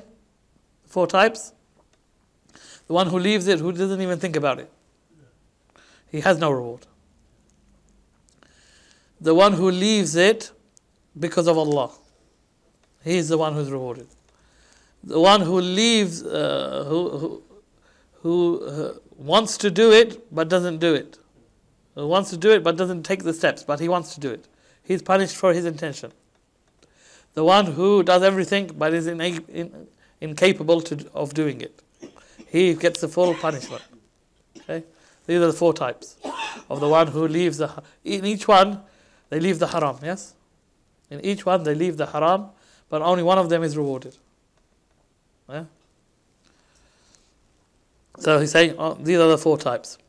If you imagine doing that. Don't imagine. Imagining leads to doing.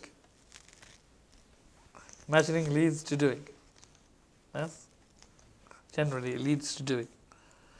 And that's where the sin starts. When you think about it. If it just passes by, yes, and then you seek Allah's refuge, then it goes. But when it passes by and then you stop, it was going to pass by, but then you stop it and you grab onto it and you start to think about it. Yes? And you're sitting there wondering. That's when it's going to take effect. Yes? That's when your heart is going to get connected to it. And then you want to see, will it actually feel the way I think it is? It feels. Yes? In your mind, you will imagine it. Yes? And imagine what it will feel like. Yes? And then you will that will get connected into your heart. And then you will actually try and wonder, is it actually going to feel the way I think it's going to feel? And how can I know? Except by doing it. Yes? And then that's when shaitan's got you. Khalas. He's got you, then you will do it. And then once you've done it, inshallah, if somebody does it, then inshallah the iman will make them regret it. Yes, let it pass by. Don't grab hold of it. Seek refuge with Allah from it. Now he mentions something here, I don't understand why he mentions it. هل هناك نبي من الأنبياء ترك المعصية لله. All of the Anbiya left the ma'asiyah of Allah for Allah. Yes? In reality, all of the Anbiya and the prophets, if they wanted to do the sins, they could have done them. Yes? But they all remained away from the sins of Allah for the sake of Allah, seeking that which is with Allah. Yeah?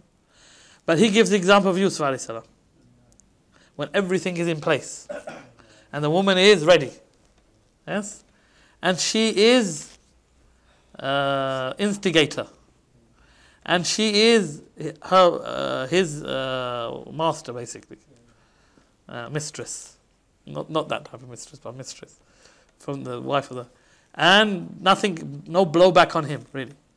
Yeah? So everything's in place, and then he didn't do it. He didn't even think of doing it.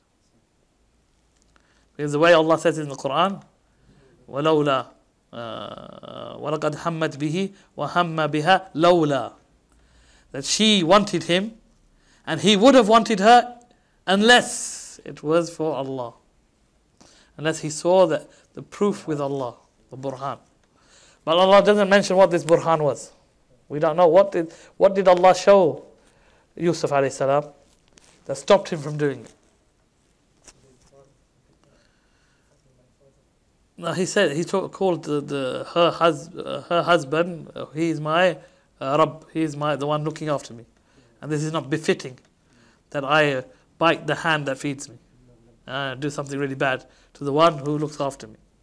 But is this the burhan? Allah knows best. Allah doesn't mention what is the burhan. What is the burhan that Allah showed him? And then Allah declares him to be the most sincere of his slaves, that he would never fall into such a sin. Okay? So he didn't have any desire of her, but she did. And even though, if you read in the Arabic, the way she seduces him, and the words haytalak, it's like a beautiful way of calling her. Not just come to me, no, haytalak. And there's about 6 different ways of reading that hayta, hitalak, hutalak. About 6 different ways of reading it. That one word. Anyway, so he mentions Yusuf alayhi salam, and he mentions it because of everything that's surrounding the story.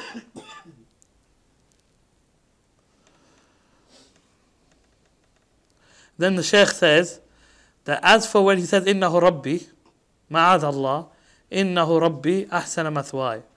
The Shaykh says that as I said, that some of the Mufassirin say, majority of Mufassirin say that he's mentioning his master, the Aziz, because he's the one who protected him or looked after him. Shaykh saying that's not correct. And Shaykh is from the Mufassirin of our time. He says, وَالْمُرَادْ بِرَبِّ هُنَا رَبُّ الْأَرْشِ عَزَّ وَجَلَ. The meaning of Rabb here, the Rabb that he's talking about, is Allah, the Lord of the throne. And not وَلَيْسَ رَبُّهُ سَيِّدُ, not his master.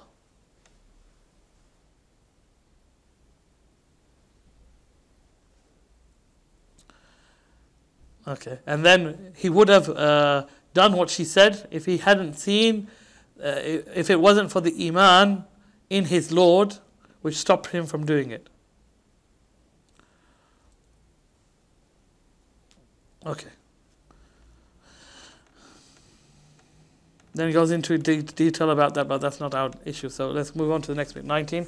وَالضَّابِطُ الصَّحِيحِ مَا تَعَلَّقَ بِهِ نَفُوذٌ وَاعْتِدَادٌ مُطْلَقًا. He said the condition of as-sahih is مَا تَعَلَّقَ بِهِ نُفُوذ, is that which the action is fulfilled. We'll understand later what the action is fulfilled. And the action is accepted. I'tidad is acceptable.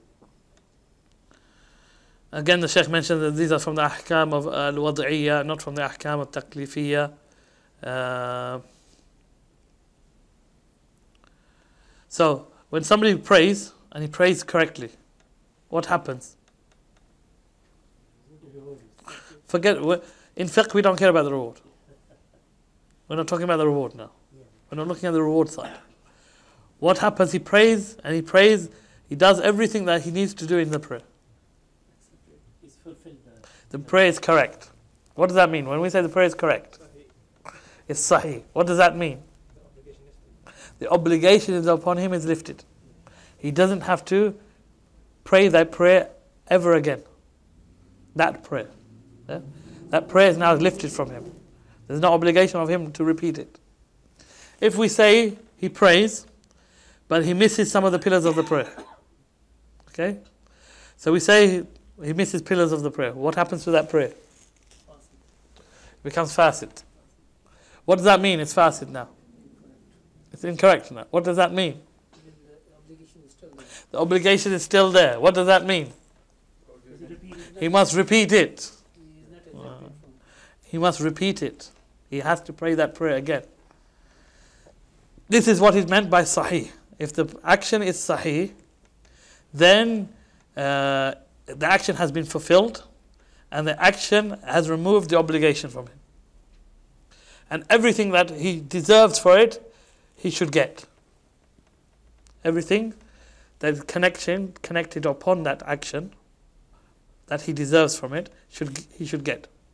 For example, somebody gets married, goes and does a contract. What do you need for the contract of marriage? Yeah, fuqaha. What do we need for the contract of marriage? We need the wali. We need witnesses. That's it? We need ijab and qabul. We need the one saying yes and the other one saying yes. Yes. Ijab and qabul. Okay? Okay. Say we have all of that and the marriage is done. Okay. Marriage is sahih now. What does that mean? Yes, the marriage is correct, but what does that mean? They're married. Okay, they're married. What does that mean? They are halal to each other. That's what is connected to that contract. Yeah? It's correct. They are halal for each other. So, for it being sahih, that which follows from it occurs. Yes? So he has to give her her rights, and she has to give him his rights. He has to provide for her, and so on. And if they have if there's any, she gets pregnant, then the children are attributed to him. Yes. Say if they don't come with all the pillars of the nikah, there's no wali, for example. Of course, there's a difference of opinion on this issue, but we're taking where the wali is a condition. Okay, so they get married, and there's no wali. The woman marries herself. Okay, all the other conditions are met. He accepts, she accepts. They have a mahar, they have witnesses, but they don't have a wali. Okay, what are we going to say? The marriage is fasid. The nikah is fasid. That means she's not halal for him and he's not halal for her. Huh? And that means if they have any relations, then that is haram. Yes? And so on. And if she got pregnant, then that child would not be attributed to the father. Okay? All of that because that's fasid. So do you see what is sahih? When it's sahih, it in itself removes the obligation if it's an obligation to be done. And everything that should happen after it, how do you say it? All the things connected to it are happen. Yes? She becomes halal, she becomes this and all of that. Whereas in the fasid, the opposite. None of the things are fulfilled. And the obligation, if it's an obligation, still remains. And it must be repeated. We got that? Okay, somebody explain it to me. When something is sahih, what does it mean? All the steps. Everything that entails from it. Okay, that makes sense. All conditions are fulfilled. Everything that it necessitates happen. Okay. If it's fasid, Some of the conditions if it's fasid, it's bad. What does that mean? Yeah, some of the conditions are missing or they're Okay, but what's the result of it? they become haram. It's not acceptable. None of what it should necessitate happens. Yeah? With regards to salah, the salah is not accepted, the obligation is not lifted, the salah has to be repeated. With regards to marriage, the marriage is invalid, They're not halal to each other. Anything that comes about from it is zina, and the children are not attributed. Okay? Or simply nikah has to be repeated. The nikah has to be repeated. But they go off with each other. Yes? In a general transaction contract, if somebody does a contract after the second adhan of Jumu'ah, okay, the contract becomes fasid, meaning I sold you this water, silly example, I sold you this water after the second adhan of Jumu'ah. Yes? If it was sahih, this water would go from my property to your property. Yes? From it being mine to being yours. Yes? That's if it's sahih. And the money would go from you to me. Yes?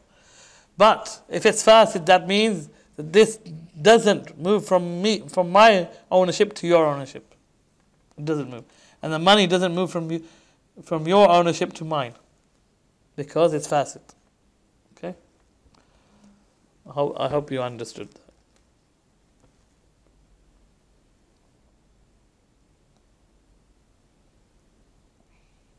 That's exactly what he says. All of that is exactly what he said. I've just summarized it all for you. Then he mentions on page, what page was it? 37, Al-Fasid. And, of course, we've mentioned Al-Fasid as well. So, in Fasid, all the conditions have to be met for something to be Sahih. Yes? If any of the conditions are not met, then the thing becomes Fasid. And then that which is based upon it does not happen. Like we said about the water moving from my ownership to your ownership. Then we come to two issues. The first issue is هل فاسد والباطل بمعنى واحد. There's another word called batil.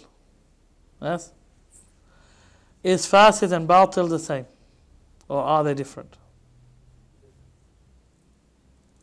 اختلف العلماء. اختلف العلماء. Some of the scholars said that fasid and batil are the same. They mean exactly the same.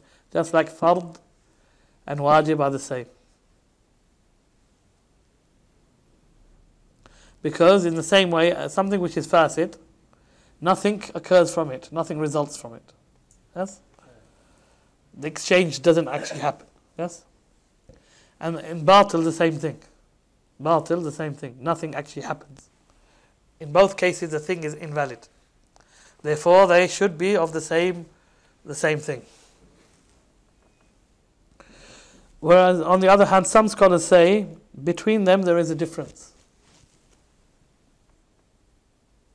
They say that which has been, we mentioned this before in transactions.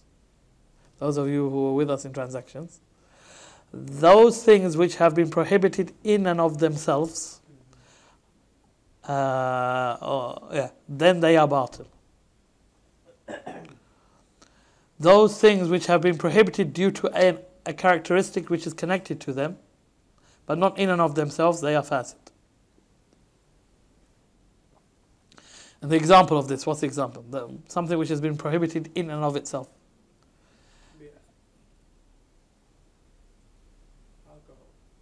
He doesn't use that example. He uses the example of something, the dead animal. Maita. Selling a dead animal is batil. Because you're not allowed to do anything with the dead animal. Yes? Therefore, it is prohibited in and of itself. Alcohol would be the same. In and of itself, it is prohibited to be sold.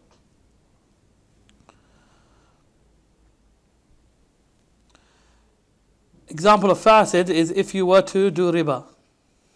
If you were to do riba. Yes? And the riba he's talking about is riba, he mentions riba in food.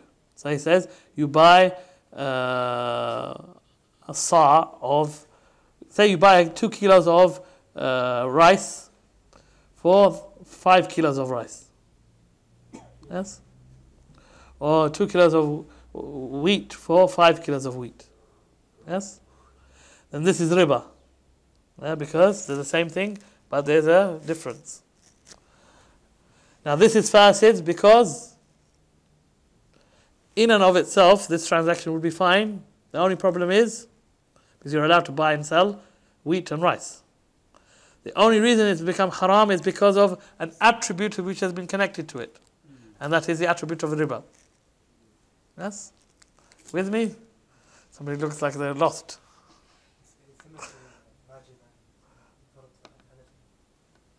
Similar but different. Similar but different. Okay? So they say, again, this is the Hanafis. These are the Hanafis who made this distinction of batil and fasid. However, everybody followed them. Everybody followed them out of necessity. Yeah? Even though terminology-wise they disagreed. Terminologies, the majority said that batil and fasid are the same. Yeah? But when they actually went to certain things, they said, no. Batil is this and fasid is this. For example, the marriage without nikah. Not without nikah. Marriage without wali. They said it's fasid and not batil.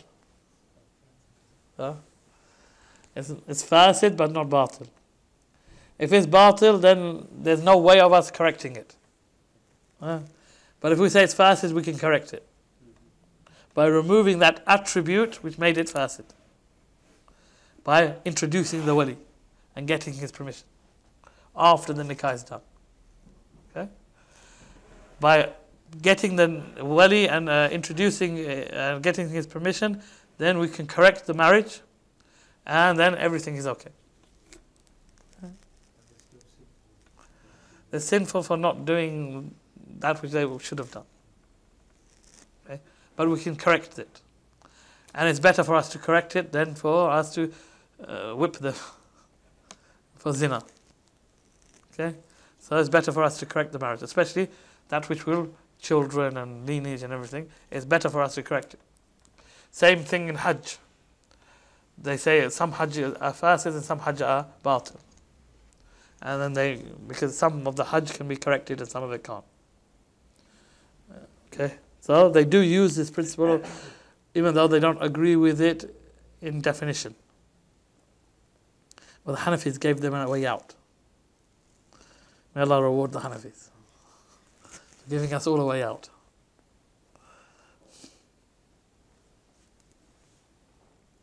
So he even says the majority of the Hanabila, fuqaha of the Hanabila, say that there is no difference. So they would say that the salah becomes batil by this, and the sawm becomes batil by this, meaning it becomes fasid.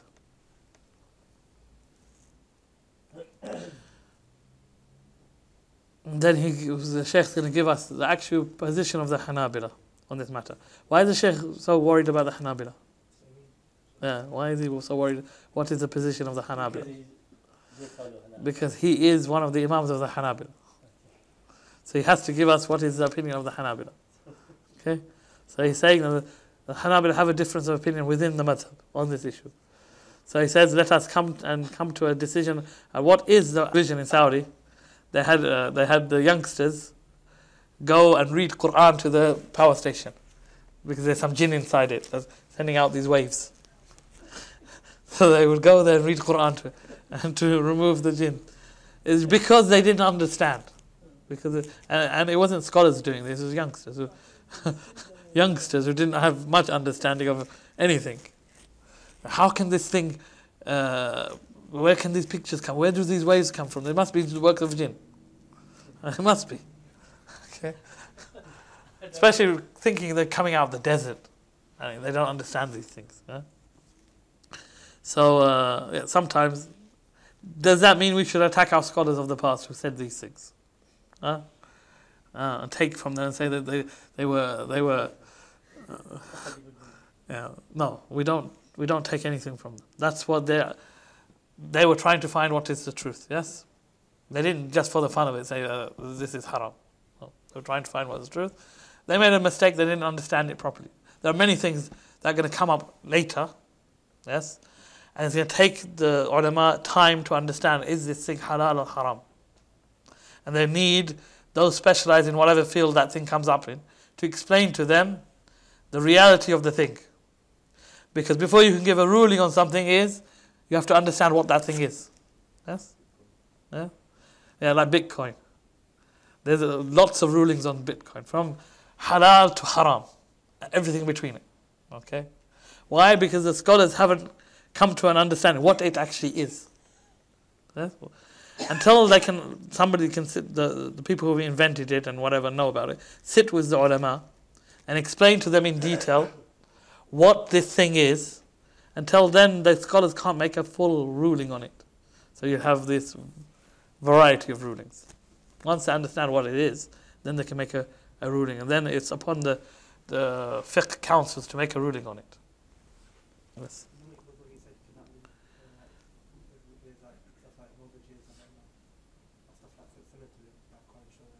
They know what mortgage is now. But when it first came into existence, then there was need for them to understand what it was. Once they've understood it now, they gave a ruling that's haram. Because it's a loan where you're paying back more than what you take. Those who allow mortgage will say out of necessity. That's the only way some of the scholars have allowed mortgage. They say out of necessity, having a house is a necessity. Yes? And therefore, necessity allows haram. But to the limit of that necessity.